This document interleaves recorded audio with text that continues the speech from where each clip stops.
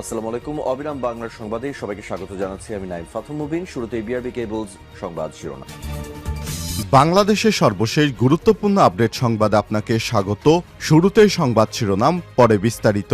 শুরুতেই জানিয়ে দিব, শেখ হাসিনার দুঃশাসনের বিরুদ্ধে জনমত গঠনে বাংলাদেশের যেসব ব্যক্তিদের বড় ভূমিকা ছিল আজ জানাবো তাদের সম্পর্কে। তারা বাংলাদেশ ছেড়ে বিদেশে গিয়েও সবসময় শেখ হাসিনা ফ্যাসিস্ট সরকারের বিরুদ্ধে কথা বলেছেন। তাদের মধ্যে উল্লেখযোগ্য হচ্ছে মুশফিকুল ফজল আনসারী, ডক্টর পিনাকি ভট্টাচার্য, নাগরিক টিভির নাজমুস সাকিব, মোহাম্মদ ইলিয়াস হোসেন, কনক সারোয়ার সহ অনেকেই। এদের সম্পর্কে বিস্তারিত জানাবো, যারা দুঃসময় বাংলাদেশের কাণ্ডারি হিসেবে আবির্ভূত হয়েছিলেন। প্রিয় দর্শক, সংবাদটি জানতে ভিডিওটি না টেনে দেখতে থাকুন। এরপর জানিয়ে দিব, ডলারের দাম নিয়ন্ত্রণে কঠোর নজরদারির সিদ্ধান্ত। ডলারের দাম নিয়ন্ত্রণে নজরদারির সিদ্ধান্ত নিয়েছে বাংলাদেশ ব্যাংক। প্রবাসী আয় কেনার ক্ষেত্রে বিভিন্ন বিদেশি এক্সচেঞ্জ হাউস যেন অতিরিক্ত টাকা দিয়ে ডলার না কেনে, কারণে কেন্দ্রীয় ব্যাংক সিদ্ধান্ত নিয়েছে। জানিয়ে দিব, গুম তদন্তে আদালত গঠন করল সেনাবাহিনী। সেনাবাহিনীর অভ্যন্তরীণে যেসব ব্যক্তিরা দুর্নীতির সঙ্গে জড়িত কিংবা শেখ হাসিনা সরকার আমলে গুমের সঙ্গে জড়িত তাদের বিচার করতে সেনাবাহিনীর পক্ষ থেকে একটি উচ্চ আদালত গঠন করা হয়েছে। ওই আদালতে তাদের বিচার করা হবে, এমনটাই জানিয়েছে সেনাবাহিনী। এদিকে ডক্টর ইউনুস এবং শেহবাজ ফোন আলাপ, পারস্পরিক সহযোগিতার আশ্বাস। অন্তর্বর্তীকালীন সরকারকে ফোন দিয়েছেন পাকিস্তানের প্রধানমন্ত্রী শেহবাজ শরীফ। এ সময় তার ফোন আলাপে পারস্পরিক সম্পর্ক জোরদারের উপর গুরুত্ব আরোপ করেছেন উভয়ই। এবারে জানাবো, গুমের ঘটনায় জাতিসংঘের অধীনে তদন্তের দাবি বিএনপির মহাসচিব মির্জা ফখরুল ইসলামের। গত 15 বছরে গুমের ঘটনায় জাতিসংঘের অধীনে তদন্তের উদ্যোগ নিতে অন্তর্বর্তীকালীন সরকারের প্রতি দাবি জানিয়েছেন বিএনপির মহাসচিব মির্জা ফখরুল ইসলাম আলমগীর। এবং সর্বশেষ জানিয়ে দিব, চাঁদাবাজি নিয়ন্ত্রণে এখন মরিয়া হয়েছে আওয়ামী লীগ, পাত্তা দিচ্ছে না ব্যবসায়ী।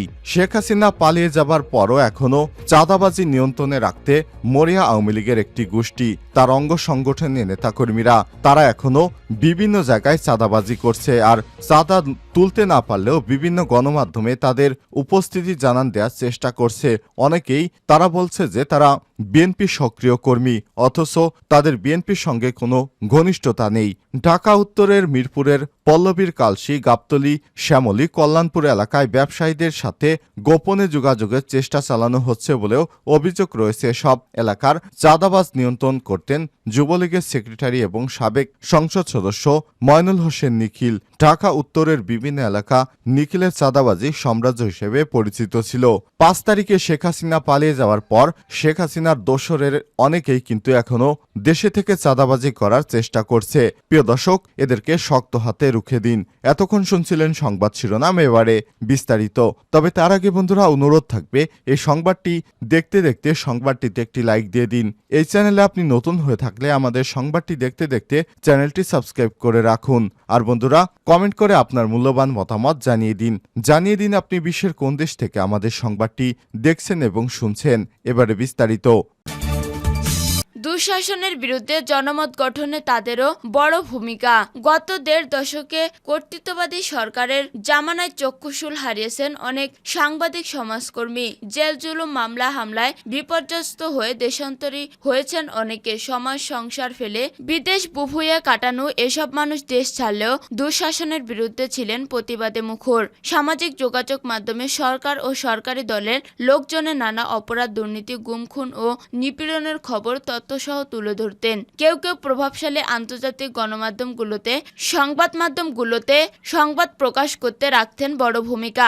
নানা কারণে চুপ থাকা দেশীয় মিডিয়া যেখানে সরকারের গুণ কীর্তন করা, তার বিপরীতে এসব মানুষ সত্য প্রকাশে নিয়েছেন সাহসী তৎপরতা।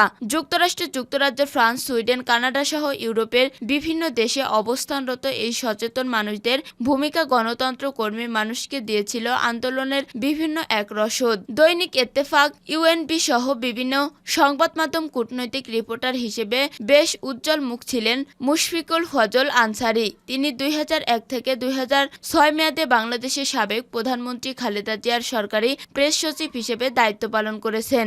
এরপর জাস্ট নিউজ বিডির প্রধান সম্পাদক হিসেবে দায়িত্ব পালনকারী সরকারের রোশনলে দেশ ছাড়েন এই সাংবাদিক। দেশ চালানো সরকারের অন্যায়, অনিয়ম আর কর্তৃত্ববাদী শাসন ব্যবস্থা নিয়ে কাজ করেন আন্তর্জাতিক মহলে। বিশ্বের বড় বড় মিডিয়া নিজের লেখনীতে তুলে ধরেন এক স্বৈরাচারী সরকারের গল্প। জাতিসংঘের নিয়মিত প্রেস ব্রিফিংগুলোতে প্রশ্ন করে আন্তর্জাতিক ফোরামে সরকারকে প্রশ্নের মুখে ফেলতে গুরুত্বপূর্ণ ভূমিকা পালন করেন মুশফিকুল ফজল আনসারী। এছাড়া জাতিসংঘ, হোয়াইট হাউস এবং ওয়াশিংটনকে কেন্দ্রিক বিভিন্ন সাংবাদিক সংগঠনের সদস্য হওয়ার সুবাদে বাংলাদেশের স্বৈরাচারী সরকারের নানা অনিয়ম আন্তর্জাতিকভাবে তুলে ধরেন তিনি। ডলারের দাম নিয়ন্ত্রণে কঠোর নজরদারির সিদ্ধান্ত। ডলারের দাম নিয়ন্ত্রণে কঠোর নজরদারির সিদ্ধান্ত নিয়েছে বাংলাদেশ ব্যাংক। প্রবাসী আয় কেনার ক্ষেত্রে বিভিন্ন বিদেশি এক্সচেঞ্জ হাউসকে ডলারের দাম 120 টাকার বেশি না দেওয়ার সিদ্ধান্ত নিয়েছে বাংলাদেশ ব্যাংক। বৃহস্পতিবার 29 আগস্ট দেশের সরকারি বেসরকারি ব্যাংকের ট্রেজারি ও কোষাগার প্রধানের এক সভায় এই সিদ্ধান্ত নেওয়া হয়েছে। বৈদেশিক মুদ্রা বেচাকেনার জন্য কেন্দ্রীয় ব্যাংক থেকে লাইসেন্স প্রাপ্ত ব্যাংকগুলোর সংগঠন বাংলাদেশ ফরেন ডিলার্স অ্যাসোসিয়েশন বাফেদা সদস্যভুক্ত প্রায় সব ব্যাংকের ট্রেজারি প্রধানরা এই বৈঠকে উপস্থিত ছিলেন। নতুন সিদ্ধান্ত অনুযায়ী ডলারের দাম সর্বোচ্চ 120 টাকা ধরা হয়েছে, যা আমদানি ব্যয় কমাতে কিছুটা হলেও সহায়ক হবে। স্বাভাবিকভাবে আমদানি পণ্যের দাম কমে গেলে মূল্যস্ফীতির উপর চাপও কিছুটা কমে যাওয়ার কথা রয়েছে। তবে আগাম ডলার বেচা কেনার ক্ষেত্রে ব্যাংকগুলো কেন্দ্রীয় ব্যাংকের নীতিমালা অনুসরণ করবে। বৈঠকে বলা হয়, কেন্দ্রীয় ব্যাংকগুলোতে ডলারের প্রবাহ বেড়েছে। ডলার সংকট নিয়ে যেসব সংখ্যা দেখা দিয়েছিল সেগুলো বেশ খানিকটা কমেছে। রেমিটেন্স প্রবাহ, বৈদেশিক অনুদান, রপ্তানি আয়, দেশে আনার প্রবর্তন বেড়েছে। বর্তমান অন্তর্বর্তীকালীন সরকারের প্রধান উপদেষ্টা ডক্টর ইউনূসের খ্যাতি ব্যবহার করে বিদেশি বিনিয়োগ ও বৈদেশিক ঋণ প্রবাহে বাড়ানো সম্ভব হবে। বৈঠকে আরও বলা হয়, নতুন সরকার দায়িত্ব নেওয়ার পর থেকে অর্থনৈতিক ও রাজনৈতিক খাতে অনিশ্চয়তা অনেকটা কমে গেছে। এসব কারণে ব্যাংকগুলো ডলার বিক্রির ক্ষেত্রে সর্বোচ্চ 120 টাকা করে দাম রাখবে। কোনো ব্যাংকই এ বেশি ডলার বিক্রি করা হবে না। যেসব ব্যাংক এখনো 120 টাকার বেশি দামে ডলার বিক্রি করছে তারাও দাম 120 টাকার মধ্যেই দ্রুত নামিয়ে আনবে। গুম তদন্তে আদালত গঠন করল সেনাবাহিনী। সেনাবাহিনীর অন্তর্বর্তী দুর্নীতি ও গুমের ঘটনা তদন্তে উচ্চ পর্যায়ের আদালত গঠন করা হয়েছে। শুক্রবার 30 আগস্ট সেনাবাহিনীর পক্ষ থেকে বিষয়টি নিশ্চিত করা হয়েছে। এ তদন্ত আদালত শিগগিরই কাজ শুরু করবে বলে ধারণা করা হচ্ছে। এর আগে বৃহস্পতিবার গুম বিরোধী সনদে সই করেছে অন্তর্বর্তীকালীন সরকার। গুমের ঘটনা তদন্তে একটি কমিশনও গঠন করা হয়েছে। গুমের শিকার পরিবার ও মানবাধিকার কর্মীরা এসব গুমের ঘটনায় র্যাব ও সামরিক গোয়েন্দা সংস্থা ডিজিএফআইকে অভিযুক্ত করে বিচার দাবি করে আসছে। এদিকে সম্প্রতি এক সাক্ষাৎকারে অভিযুক্ত কর্মকর্তাদের বিষয়ে সেনাপ্রধান ওয়াকারুজ্জামান বলেছেন, এ বিষয়ে তদন্ত চলছে, তাতে দোষী সাব্যস্ত হলে অবশ্যই ব্যবস্থা নেওয়া হবে। অনেক বিষয় তদন্ত হচ্ছে বলেও জানান তিনি। সেনাপ্রধান আরও বলেছিলেন, প্রমাণ ছাড়া কারো বিরুদ্ধে ব্যবস্থা নেওয়া যায় না। তদন্ত প্রক্রিয়াটি একটু ধীর গতিতে চলছে। এখানে বেশ কিছু বিষয় নিয়ে কাজ করতে হবে। উল্লেখ্য, গত 5 আগস্ট ছাত্র জনতার তীব্র গণ আন্দোলনের মুখে প্রধানমন্ত্রী পদত্যাগ করে দেশ ছেড়েছেন আওয়ামী লীগ সভাপতি শেখ হাসিনা। সরকার পতনের পর একে একে বেরিয়ে আসে জোরপূর্বক গুমের নানা তথ্য। ইউনূস শাহবাজ ফোনালাপ, পারস্পরিক সহযোগিতার আশ্বাস। অন্তর্বর্তীকালীন সরকারের প্রধান উপদেষ্টা অধ্যাপক ডক্টর মোহাম্মদ ইউনূসের সাথে ফোনে কথা বলেছেন পাকিস্তানের প্রধানমন্ত্রী শাহবাজ শরীফ। এ সময় তারা ফোনালাপে পারস্পরিক সম্পর্ক জোরদারের উপর গুরুত্ব আরোপ করেছেন। ফোনালাপে অন্তর্বর্তী সরকারের প্রধান উপদেষ্টা হওয়া নোবেলজয়ী এই অর্থনীতিবিদকে অভিনন্দন জানান পাকিস্তানের প্রধানমন্ত্রী। কথোপকথনে দুই নেতা একমত হন বৃহত্তর আঞ্চলিক সহযোগিতা, দক্ষিণ এশিয়ার জনগণের জীবনযাত্রা জীবনযাত্রার উন্নতিতে গুরুত্বপূর্ণ ভূমিকা পালন করতে পারে। শুক্রবার 30 আগস্ট এক প্রতিবেদনে এই কথা জানায় রেডিও পাকিস্তান।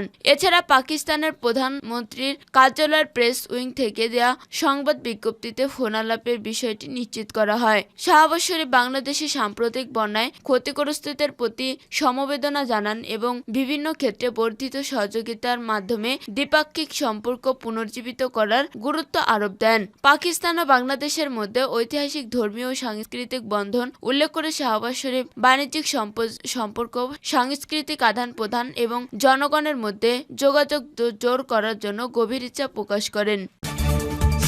গুমের ঘটনায় জাতিসংঘের অধীনে তদন্তের দাবি ফখরুলের। বাংলাদেশে গত 15 বছরের গুমের ঘটনা জাতিসংঘের অধীনে তদন্তের উদ্যোগ নিতে অন্তর্বর্তী সরকারের প্রতি দাবি জানিয়েছেন বিএনপির মহাসচিব মির্জা ফখরুল ইসলাম আলমগীর। শুক্রবার 30 আগস্ট বিকালে নয়াপল্টনে বিএনপির কেন্দ্রীয় কার্যালয়ে আন্তর্জাতিক গুম দিবস উপলক্ষে গুমের শিকার ব্যক্তিদের স্মরণে এক সহিংসতি সভায় তিনি একথা বলেন। এতে বিএনপি সহ অঙ্গ সংগঠনের গুম হওয়া পরিবারের সদস্যরা উপস্থিত ছিলেন। তিনি বলেন, দীর্ঘকাল রাজনীতিতে আছি, অ্যারেস্ট হওয়া জানতাম, হত্যা করা জানতাম, কিন্তু গুম করে দেয়া হয় এটা আমাদের জানা ছিল না। আওয়ামী লীগ ক্ষমতায় আসার পর আইন শৃঙ্খলা বাহিনীকে তারা রাষ্ট্রীয়ভাবে ব্যবহার করে ভয়াবহ মানবতা বিরোধী অপরাধ সংগঠিত করেছে।